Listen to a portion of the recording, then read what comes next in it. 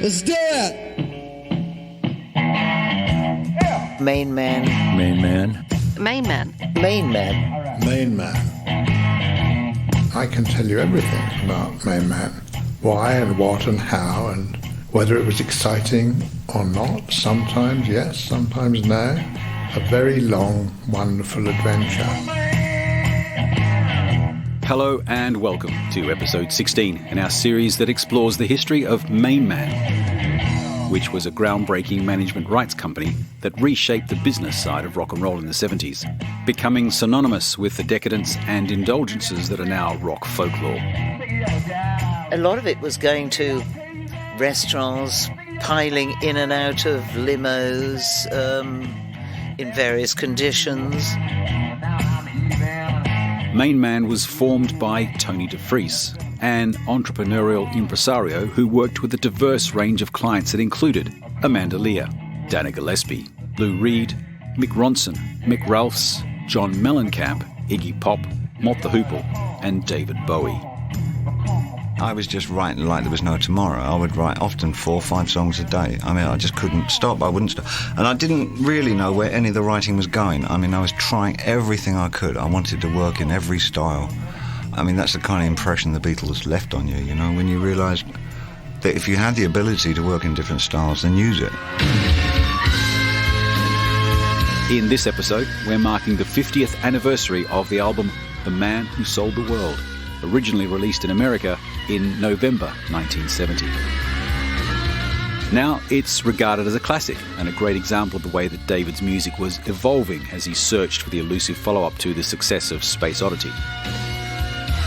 The album was written and rehearsed while David and his fellow musicians lived together in Haddon Hall and recorded at Trident and Advision Studios in London, produced by Tony Visconti. It was the lyrical content of the songs that David was writing for this album in early 1970 that particularly impressed Tony Defries and persuaded him to become David's manager, keen to unlock his rock star potential. At the time, David was inspired by intellectual heavyweights like William Blake, Aleister Crowley and Franz Kafka, and his lyrics were considerably darker than earlier songs, exploring themes like madness, violence and alienation. The title track in particular is a reference to a Victorian poem called Annie Ganesh about a haunted mansion in Nova Scotia. The best person to explain how this work shaped The Man Who Sold the World is Tony Defries. The other day, upon the stair, I met a man who wasn't there. He wasn't there again today. I wish that man would go away. This is the opening verse. In this case, it was a poem written by W.E. Hearn, and it almost certainly influenced David, who was familiar with that particular writer from the late 1800s. And that line that David begins Man Who Sold the World with, we passed upon the stair. We spoke of was and when.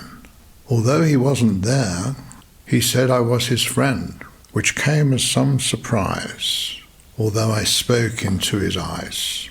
All the music for that song was created by Visconti and Ronson, who worked together to arrange and record the musical track. Rehearsals were done at Haddon Hall to create music and arrangements, and at that point there were no lyrics. There was simply some small part of a melody from David.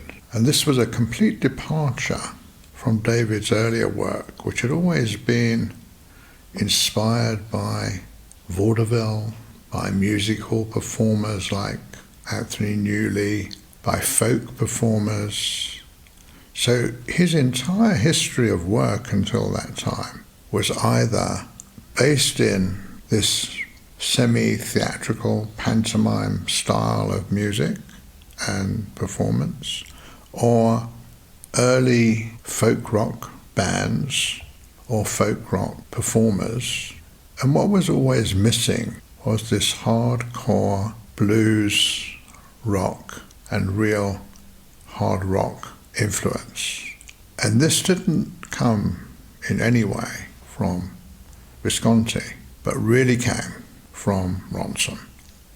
Ronson's influence on the music is massively noticeable, on the arrangements, on the guitar sound especially, but Ronson was also very good at arranging percussion and arranging how the drums and the guitar would work, and especially keen on creating resonance between guitar, amplifier, guitar, and essentially changes, phase changes, pedal changes, changes in the acoustic to electric, and with electric guitar, very much changes that reflected the different elements you could get from creating wah-wah and other types of acoustic effects, almost always influenced by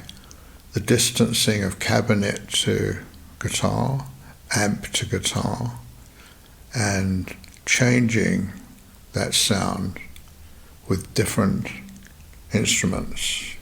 And then adding, for example, a Moog synthesizer. And that's interesting because in this case, the musician who's playing the Moog at Trident Studios, initially at Advision, is Ralph Mace. Now here's Ralph Mace, who's a 40-plus-year-old classical piano player, an orchestral pianist, who's also the musical director of Mercury, which is, this case is Philips in the London space. And he's approached, probably by Visconti, whilst they're working on The Man Who Sold the World, particularly, to come along and play a Moog synthesizer. Again, at this point in time, the Moog synthesizer was very novel.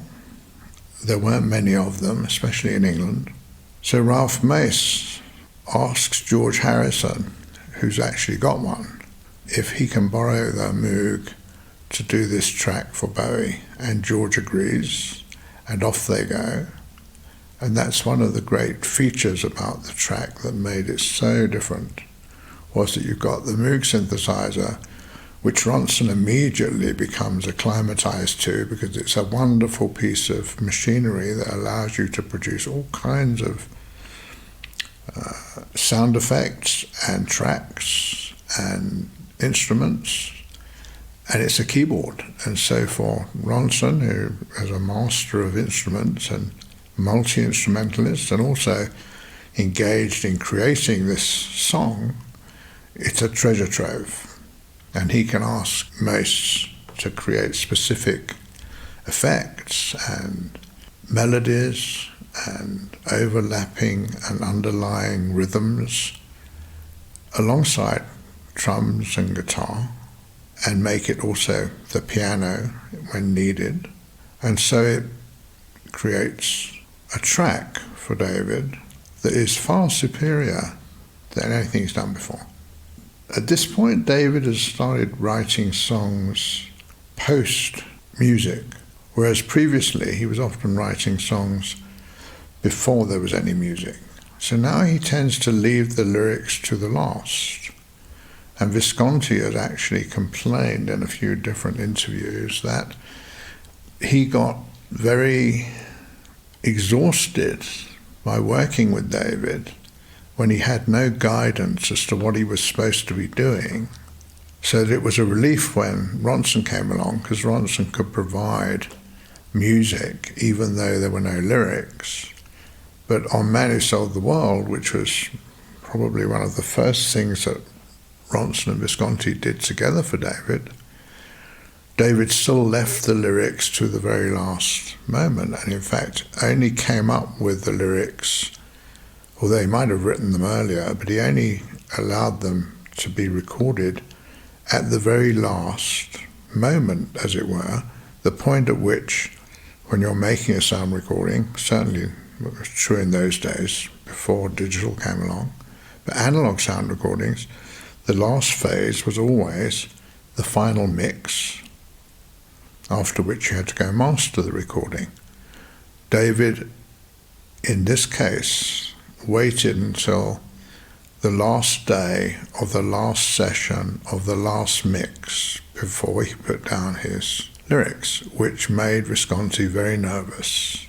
And as he puts it himself, exhausted from having to cope with writing music for a lyric that was a ghost, a non-existent lyric. And David would only connect to the writing process by indicating, as at this point musically it was Visconti, Ronson, Woody, Woodmansey, and Ralph Mace who were making the music, and it was Visconti and Ronson who were creating the music, albeit they didn't get credited for it. They got credited for arranging and producing, but not as co-writers. And that led to also some issues for Visconti, which he's commented on. He thought that he and Mick should be given some writer credit, but ultimately David made the decision that he was the writer of the entire song. And it's part of the reason that Visconti and Bowie parted. Another reason, of course, was that Visconti was not a fan of mine, didn't really appreciate what he saw more as a taking over of David than propelling him to some stardom.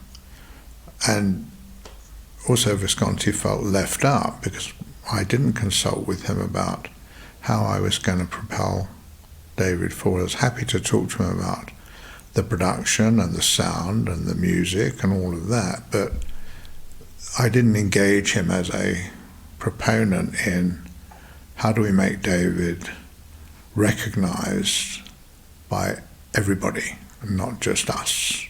And that was also something of an issue.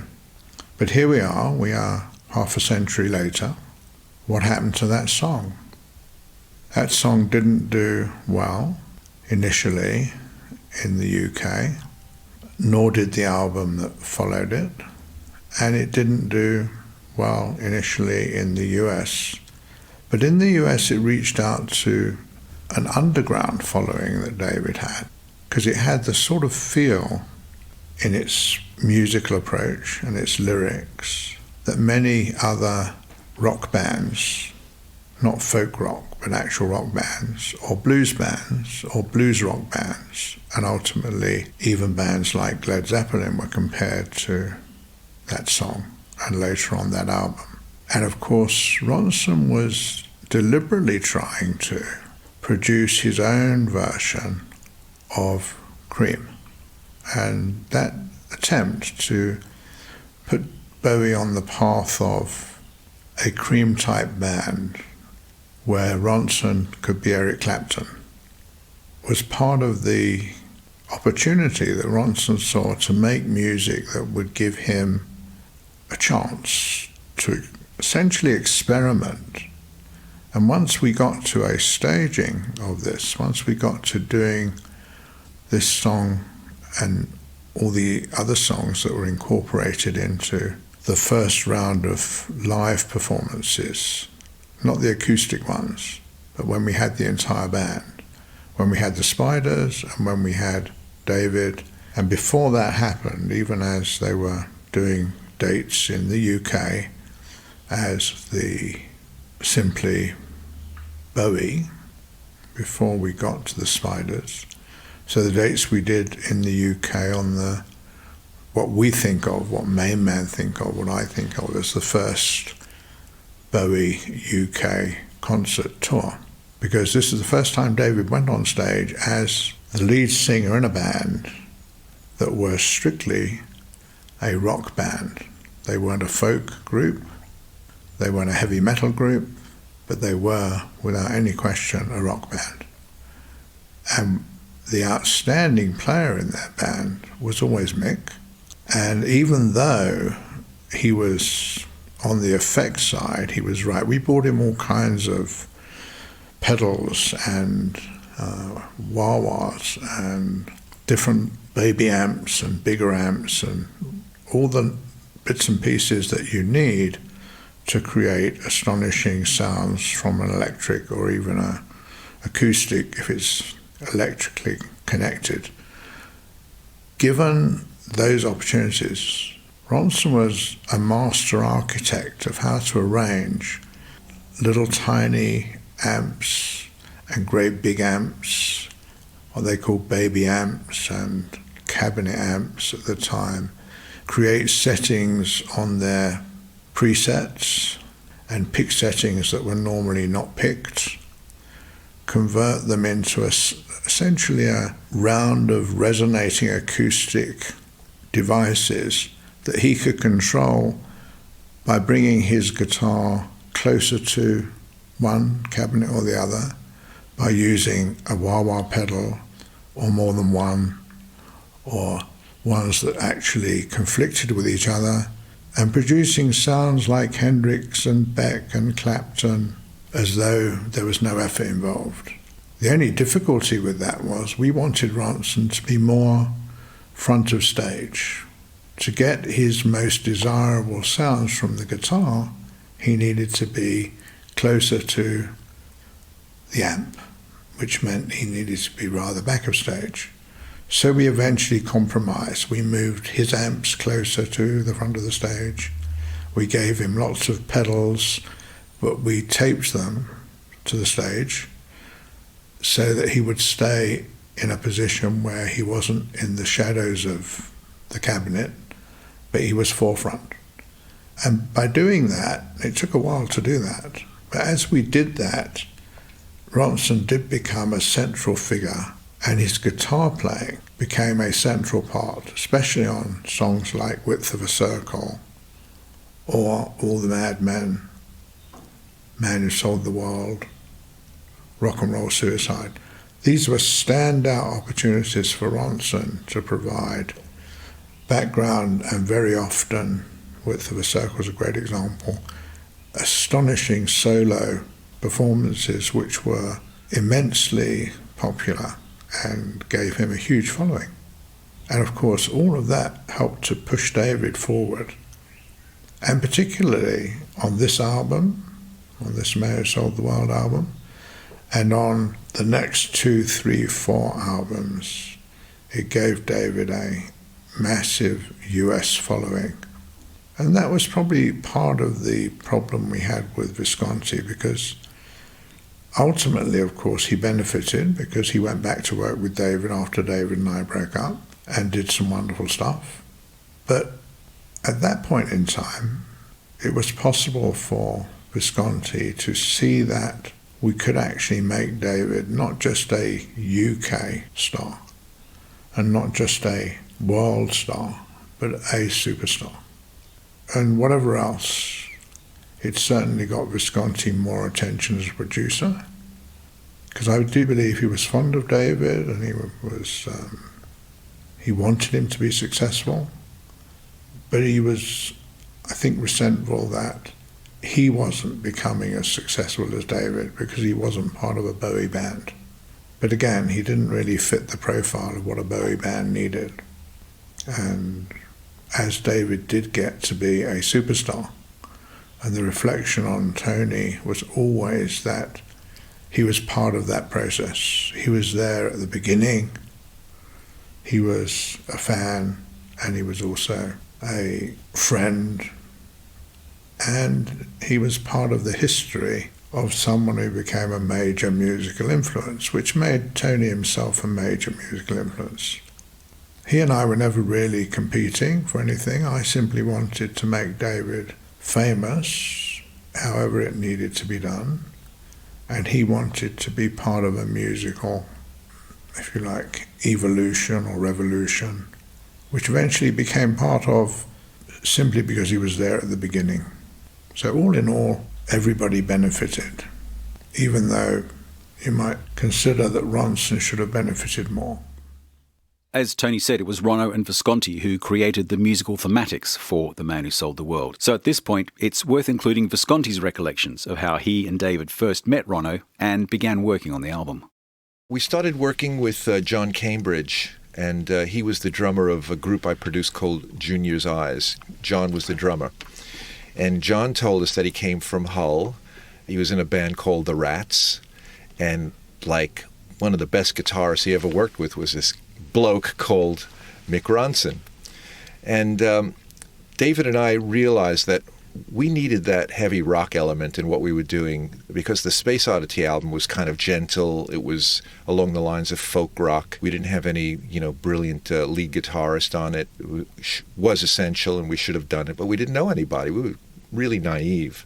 We were just finishing the Space Oddity album, and I was mixing a track called Wild Eyed Boy from Free Cloud, and we felt it needed some guitar and some hand claps, and Mick was conveniently in the studio with his Les Paul. I think we plugged it right in the board. We didn't even have an amplifier. So he put some low guitar on the middle section, and he joined in hand claps in that section.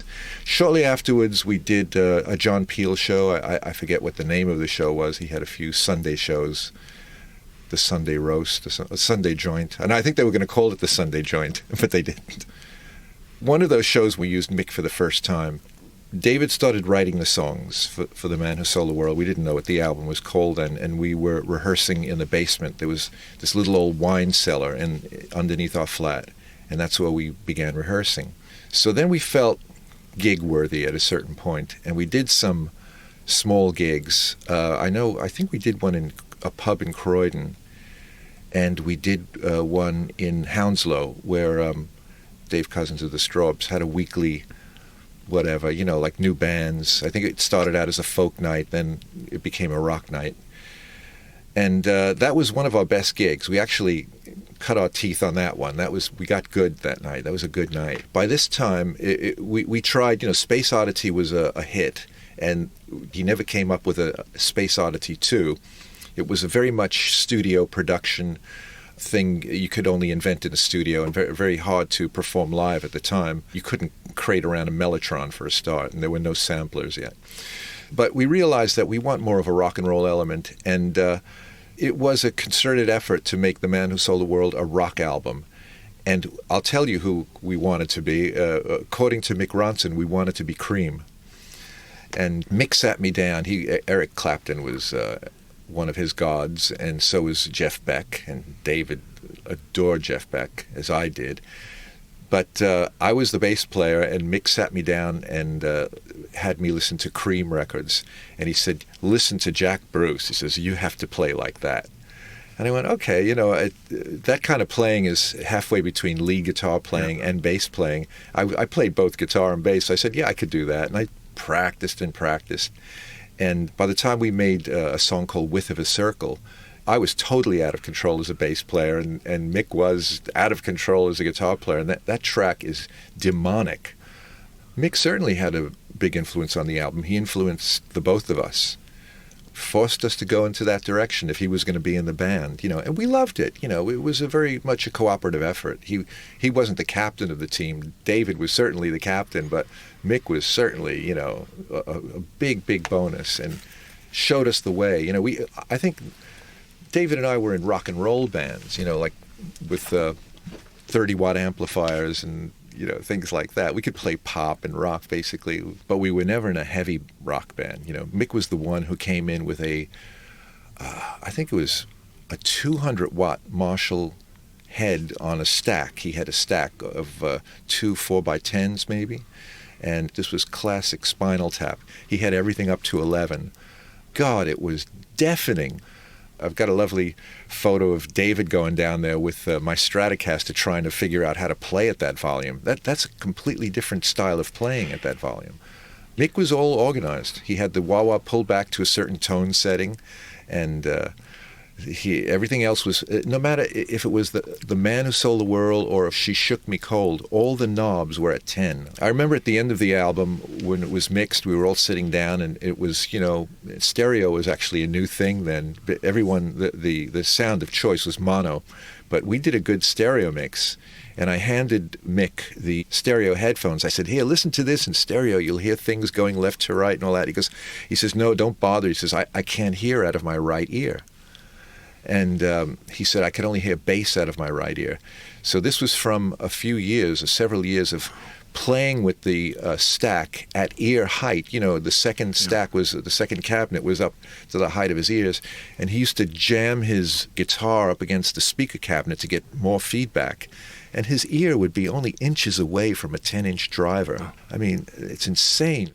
Even though they'd been working together as The Hype and a few other variations, Defries and Bowie were keen for David and the band to work independently of each other.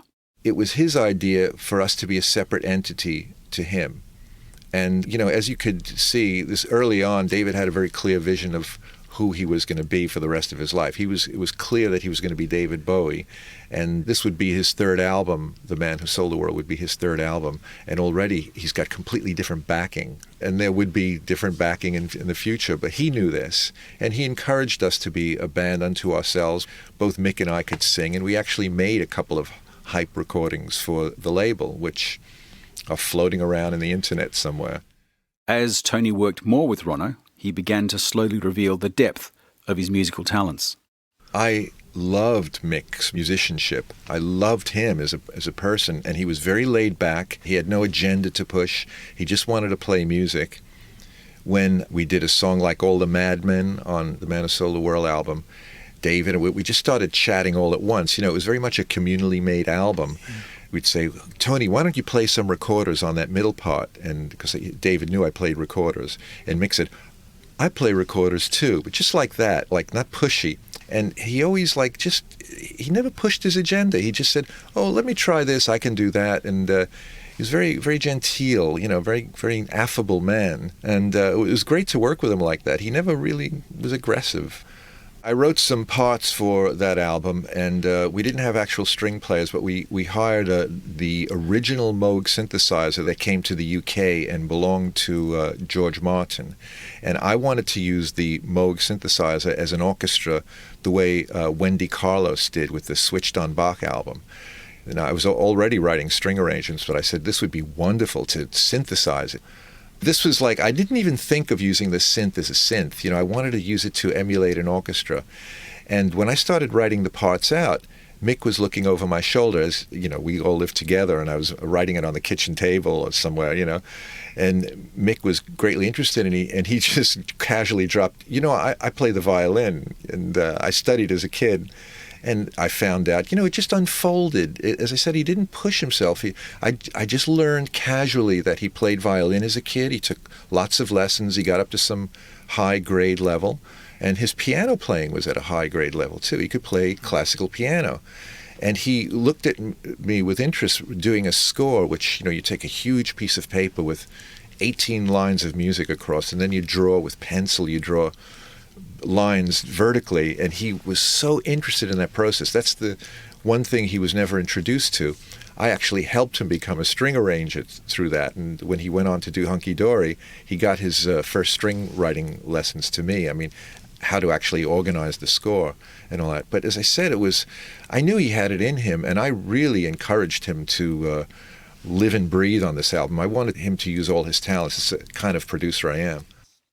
Defries was keen to ensure that the most influential rock writers and critics of the time were continually updated on David's musical evolution. And one of the key supporters during this period was Charles Shaar Murray, who really appreciated David's talent. And he was one of the first to acknowledge the importance of Ronno's skills. The way I always saw it was, if you look at them as a group, then Ronno was Keith to David's Mick. And a lot of the fans perceived them as a double act in the same way that Jagger and Richards were. A classic lead singer and guitarist stage front team.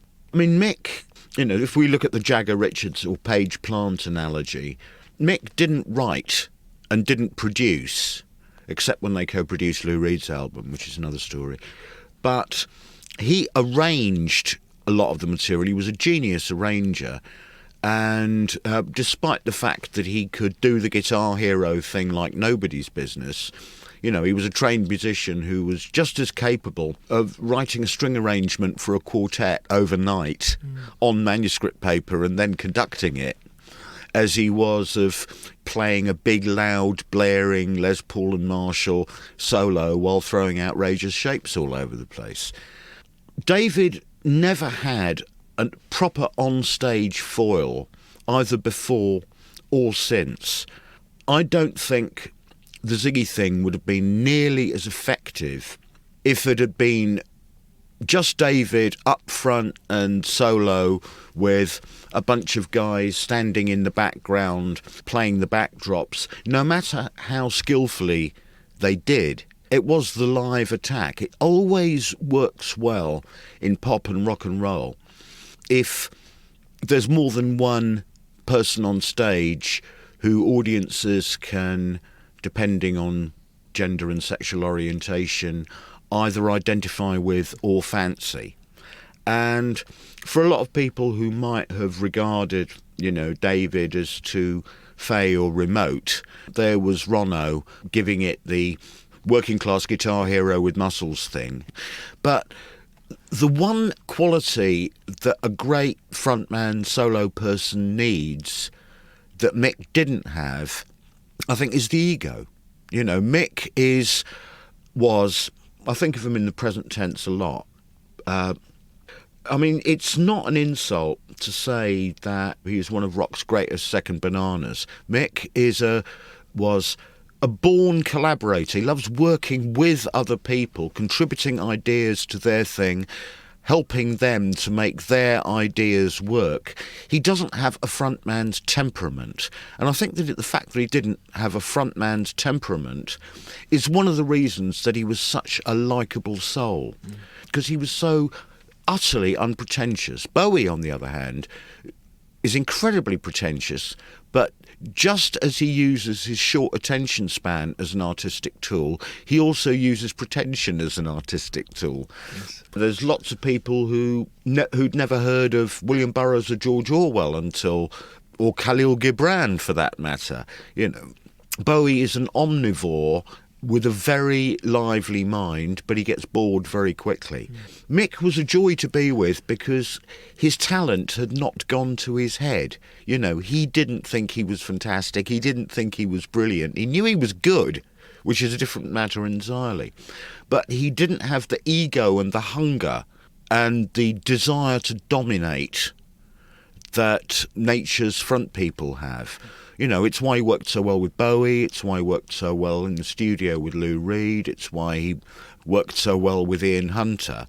Because those are people whose natural home is the spotlight. Mick liked the spotlight, he liked his 7 minutes while David was off stage changing his frock to go out and see if he could squeeze every lick Jeff Beck ever played in his life into one solo. He could do the Guitar Hero thing superbly, but I can't remember who it was. Somebody who'd worked with him said it's a mistake to think of Mick Ronson as a guitar player who did production work. He was essentially a producer, arranger, who had outrageous guitar chops.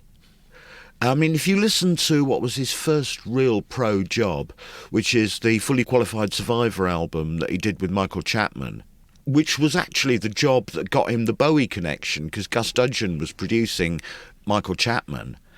And after the work that Ronson did on that, Dudgeon recommended him to Bowie, and they clicked. But you hear Mick, a total unknown, on his first time in a pro studio on a session for a major label. And, he plays beautifully on stuff like Stranger in the Room and Postcards from Scarborough and all the other stuff on that record. In a sense, right from the beginning, what you had was Jeff Beck without the ego. I know that's hard to imagine. To wrap up the importance of Mick's contribution to the man who sold the world, here's Trevor Boulder, who was a friend of Mick's when they were kids growing up in Hull and played with Mick in many of his early bands, as well, of course, the Spiders from Mars. Was my best friend for many years. He always played the way he played. From being a kid, from us being in sort of rival bands. I was in a band with my brother and he was in the Rats. And we always used to play this place called Beverley Regal, which is an old cinema converted into a club. And the bands would all play there. And he was always magical as a guitar player. People used to go just to watch him play. You know, he had this huge reputation for being a guitar player within Yorkshire, you know, I mean, at the time. Lovely man. When I joined Ronno with him, I was the only one who had a car.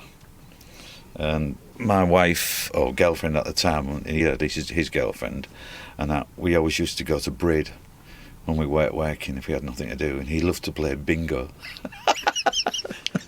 He was a bingo fanatic.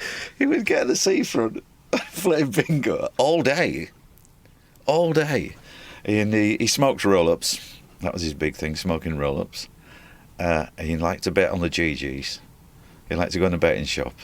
And he was a regular Joe, you know. He was just a regular northern man, you know. He just enjoyed doing all those things, you know. But a great guitar player and a really sweet man. No, he had a wonderful, creamy, warm sound, didn't he? How he got that, I don't know. It's just in the hands, isn't it? You can give an amplifier and a guitar to one person and he'll make it sound one way, and to another person and he'll make it completely sound different, you know. And that was in mix hands, the way he played it, you know, and stuff. It was he would just pick out melodies that would get you every time. He wasn't a complicated player. He was a simple player, but brought out beautiful melodies. You know, he had that ability to do that. Trevor Boulder, Charles Shaar Murray, Tony Visconti and Tony Defries, talking about the important part that Mick Ronson played in The Man Who Sold the World, a role that would become even more evident with David over the next few years. In the next episode, as we continue to mark the 50th anniversary of the release of The Man Who Sold the World, Defries explains more about the problems the record company had understanding and appreciating the album's cover art, title, and even the music itself. There are some great photographs, fascinating articles, telexes and letters and production notes from the MainMan archive, all part of an ever-growing collection of memorabilia, a lot of it never seen before, that we are adding to the MainMan label website each week. A really fascinating record of a very exciting period in rock history. That's at mainmanlabel.com. And on the website you can also check out the other episodes in the MainMan series. I'm Des Shaw, and this is a Zinc Media MM Tech production. Thanks for listening.